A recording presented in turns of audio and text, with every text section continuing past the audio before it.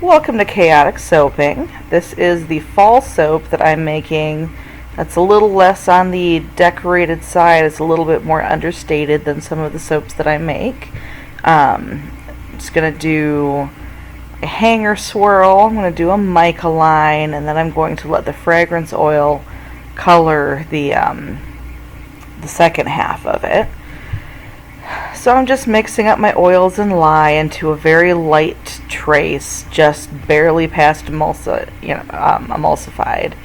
I'm going to measure out an equal amount for the colors that I'm going to do.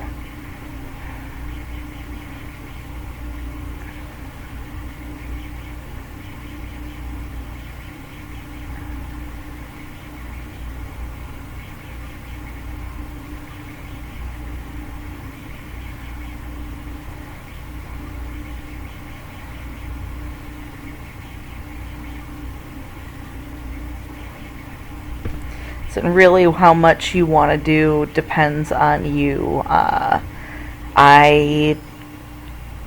use a 2-pound base, and this is the first time I'm using my I have a new mold that will make basically two-pound loaves. It's a 4-pound mold.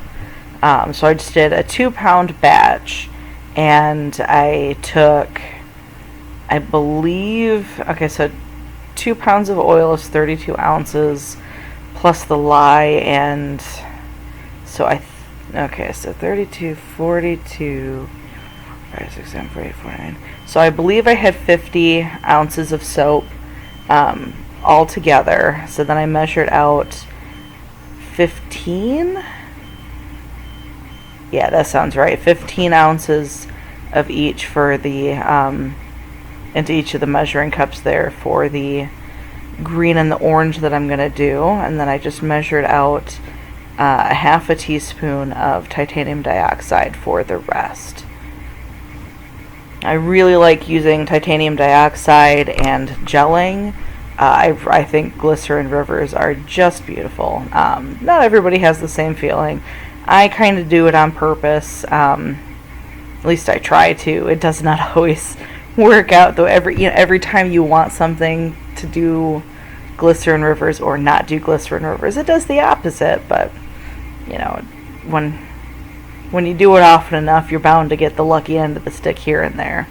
So I just mix the titanium dioxide in. I've mentioned in another video that I like to use the titanium dioxide that is both water and oil soluble, because it's just a heck of a lot easier to mix in. I never have any problems getting it mixed in just with a quick spurt with the stick blender. And then you'll see as I'm scraping out my bowl here that there's a little bit on the sides from where I didn't scrape as I was stirring, but it mixes in super easily and becomes very uniform in color.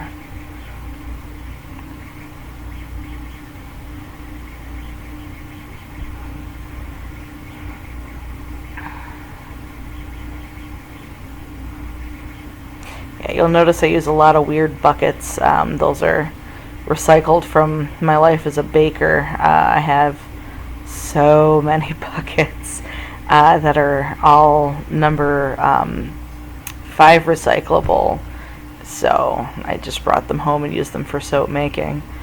It's always better to use things that we're going to get thrown away anyway and are food safe, so there's no reason not to use them in soap making. So yeah, that's just, and as you'll see, you can see my mold there. It's a mold that I got from, is it PPC Handmade, I believe. It's a small company in Mount Morris, Michigan. They shipped it out super quickly, and it was relatively inexpensive for what it is. It's got a removable bottom, which is really, really handy. And then there's like a top, like a cover that slides into a groove on the thing, which is really nice. So I just lined it with saran wrap. I've seen somebody mention that that's what they do, and it leaves a little bit of marks on the side, but not bad. So figured I'd give that a try. I've never done that before. So you'll see my orange color. I mixed a little bit of red and a little bit of neon orange in, and I'm putting my Cashmere Woods fragrance oil in. So I'm expecting the Cashmere Woods to do a little bit of browning as it cures. So hopefully that will make it an orange-ish color when it's done curing. I'm not real sure at this point. I'm just doing this real quick voiceover just a couple days after I cut it. So I don't have a finished product yet, other than I have tested it and it is wonderful soap, but that doesn't tell me what the colors are going to end up like. So here I'm using just the last of, I had picked up some micas to try on Amazon. I'm just using up the littlest left green that I had, and then I'm going to use a little bit of the fragrance oil as well. So hopefully that will turn into a nice dark green after the cure.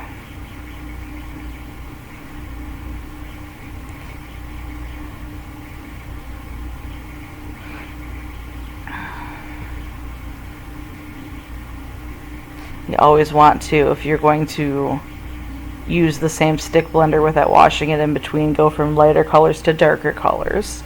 So that's what I did there. I mixed up the orange first, and now I'm going to do the green.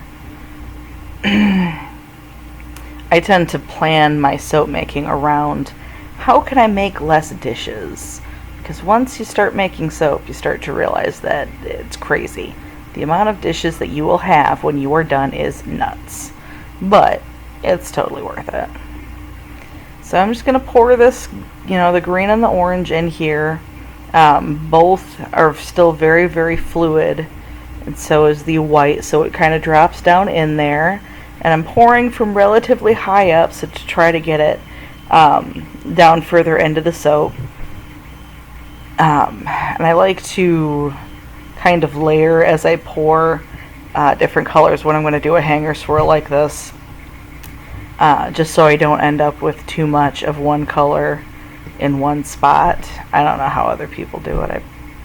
I've watched quite a few videos on YouTube learning how to do the fancier soaps, but this is something that I feel like everyone has their own technique, and you just kind of have to figure out what works best for you. See, now my second go around, I'm going much closer to the soap, because that's going to leave that green closer to the surface. So it won't go down nearly as far as the first one did.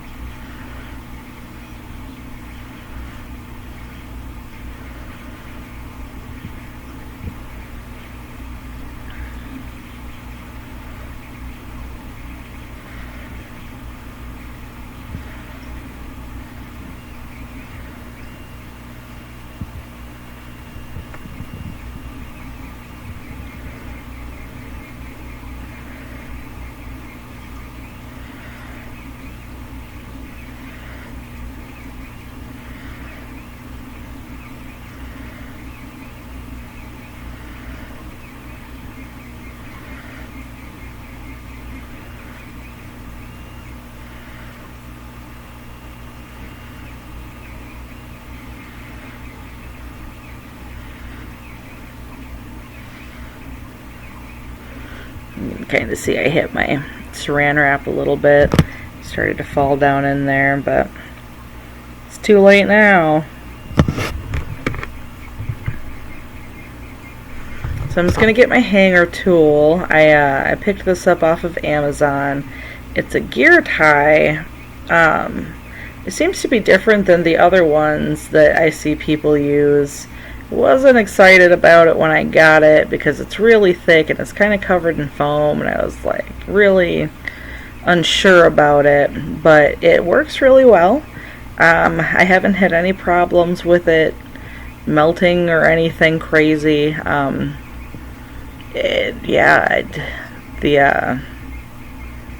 The thickness of it doesn't seem to affect anything either.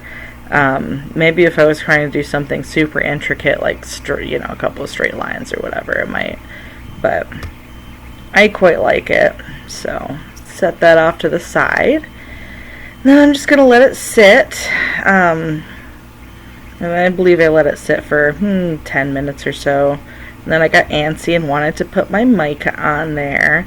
And of course, I dropped the very last bit. I had just a little bit left of gold mica from that sample pack that I had bought. So I dropped my baggie in there. It's a good thing it was pretty much empty anyway, because then I could just throw it away. Washing that would not have been fun. But I did like the gold mica, so I had purchased some more. I've got it right there. So some people I've heard get these fancy sprayers for mica lines. I've heard of people blowing the mica around with straws. I find just using just a cheap little dollar store powdered sugar shaker works great. And if you'll notice that I'm holding the sugar shaker still and hitting it with my finger, that gives you just a little bit more control, and it makes the mica come out a little bit slower. So if you have trouble controlling sugar shakers, try that concept where you're holding it still and kind of flicking at it with your other hand. It helps quite a little bit. And then if you need a little bit thicker, then you can shake the sugar thing against your solid hand, and it works pretty well. So that is the mica line. You can see it's pretty thick, but you can still kind of see the soap through it. That's kind of what you want, because if it's too thick, I have heard that it will break apart. I have not had that happen myself, so I could not tell you how thick is too thick, but you want it to cover pretty well, pretty evenly, and thick enough that you can just barely see the soap through it, because otherwise the line gets lost. And you'll see when I cut this, it's a pretty thin line. So now I'm just going to do 2 pounds of my soap recipe with just the fragrance oil for color, and I'm not going to put any colors in this. I'm just going to let the color of brown from the vanilla color this side.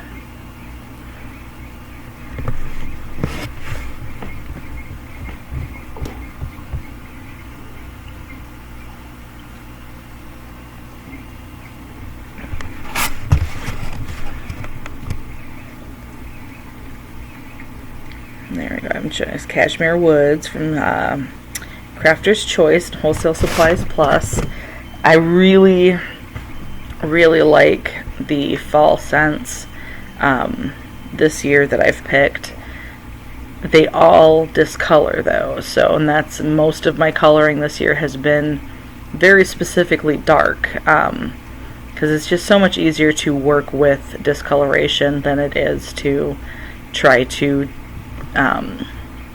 fight against it. And I do have some vanilla stabilizer that I have had good luck with, but it did eventually start to fade, but it didn't start to fade in like a even way. It started to fade in spots, and so I started getting vanilla discoloration in spots, which just looks bad. So I'm going to, as time goes on, try to work with discoloration more rather than fight it, because it's just easier, and leaves you a nicer looking soap for longer. I had to pull a couple of my fancier soaps from my line because I didn't want customers going home with them and thinking that they were getting gross. Like, no, that's just vanilla discoloration. And if I would have just worked with it, then it would have been fine. Lessons learned, and we all have our own way of dealing with it, but I think working with it is just a better method.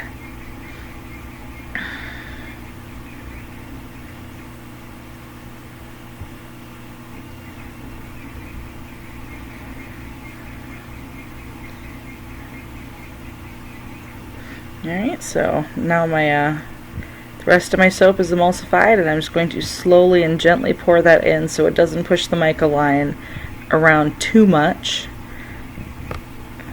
Yeah.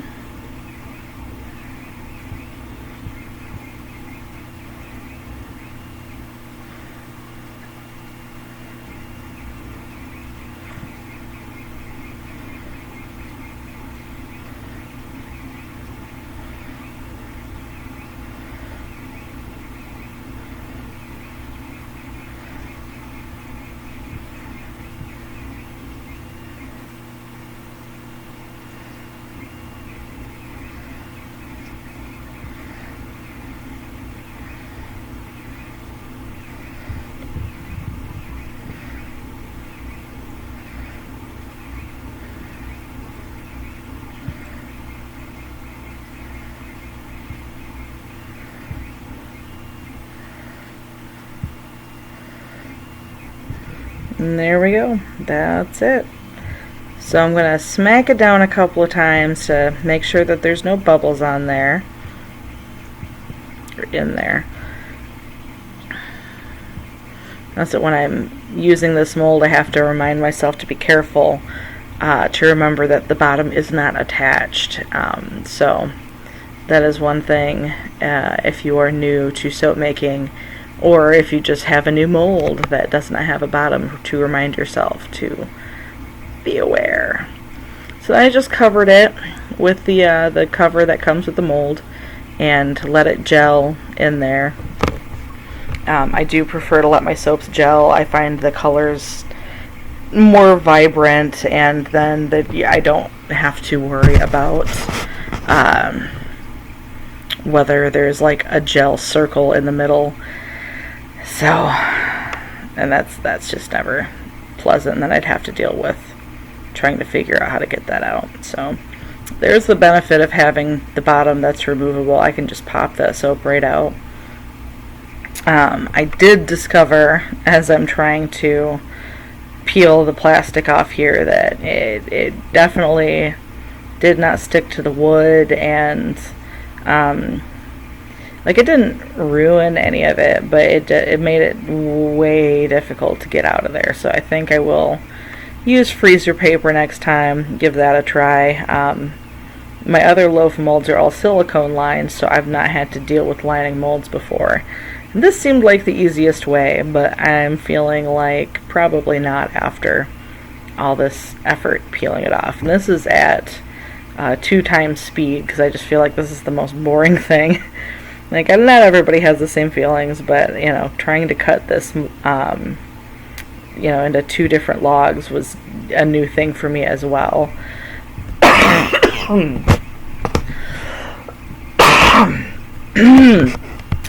Sorry. So, as you see, I've got my little measuring tape out there, and I'm trying to figure out, okay, so it's for sure 7 inches wide, so I need to cut it at 3.5 inches, and I need to make little marks all over the place. I need to double check my marks, and where I've messed up I have to go back through and make more marks, and it's a whole thing. I did get a double-handed knife in the day after, of course, I cut this soap, so that will be a lot easier next time, because this, using like a regular one-handled knife, was so difficult for me. I need something to give me straight lines and to make sure I'm not cutting crookedly, because because straight lines are very difficult for me. I don't know, I'm just getting old or something.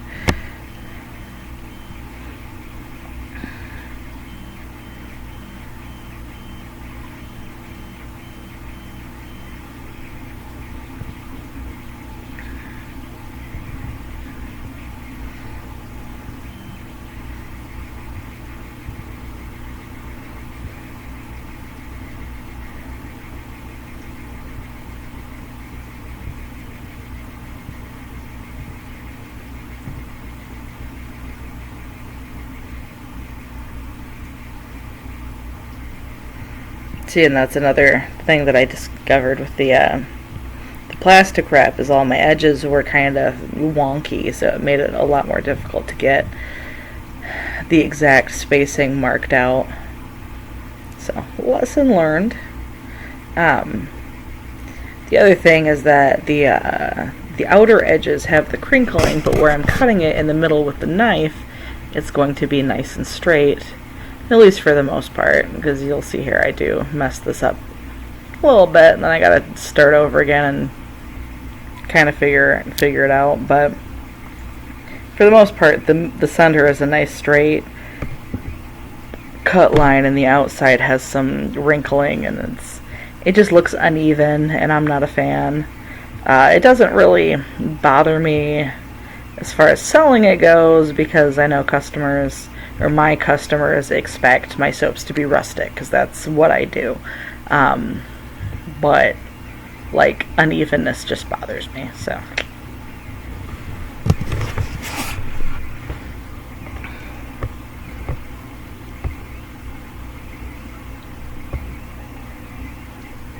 Finally got it cut in half, and you can see that I definitely did not do it perfectly, and I had to peel a bit away. But it could have been worse for, a first and hopefully only try, now that I have my double-handled knife that I can use next time. But I had been saving the soap. I actually let the soap sit in the mold for like 4 days, because I was so excited. I just got the soap cutter in the mail. It was lost in the mail for almost 3 weeks. So when it finally showed up, I was so geeked to use it. I just love it. It's so nice to be able to cut all the bars at once, because cutting soap straight is not a skill that I have. So, learning curve. Learned that you just have to pull the soap out before you lift the handle. Totally fine. But that is the soap as it comes out. You can see that it's starting to brown around the outer edges, but it's not quite into the center yet. As it gets, as it sits with air around it, it'll all brown out. So it does look a little bit Christmassy right now. Hopefully as the brown seeps in, that will look a little bit more like fall, since it is cashmere woods. But cashmere woods is a pretty, I don't know, I would say it's pretty flexible as far as scents go. So I could keep selling it into Christmas, and I don't think anybody's going to think twice about it, because it just smells good. So I ran off there to get a box to put my soap in, so I can take them down to my curing station, since normally I do soap in my area in the basement, but the lighting down there is terrible, so making videos has to come upstairs. So I'm just setting them into the box to carry them down there to go on my racks. I'm going to cut the other log. Highly recommend the multi-bar cutter if you have problems cutting straight lines. 'Cause my goodness, it's just easy as pie.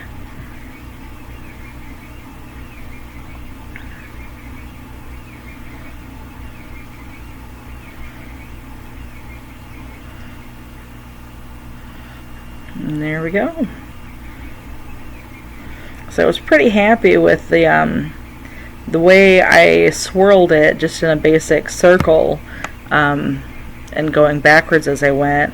It kind of made all of those swirl in the same direction, and they kind of look like little teardrops, but like pretty. So I am really, really happy with that. So yeah, I'm gonna run and grab my beveler. I have just the cheap little, I think it was $1, beveler that I picked up, because I tried using the potato peeler. And it worked pretty good, but like this beveler just makes it easier for me to hold things at a straight line. So I'm just gonna bevel 5 of them real quick. I'll wait a few days to do the rest of them because the soap is still pretty soft, because I left it in the box. So yep, and there we go, a nice pretty beveled soap. I can't decide which side I want to be the top, so that's the struggle.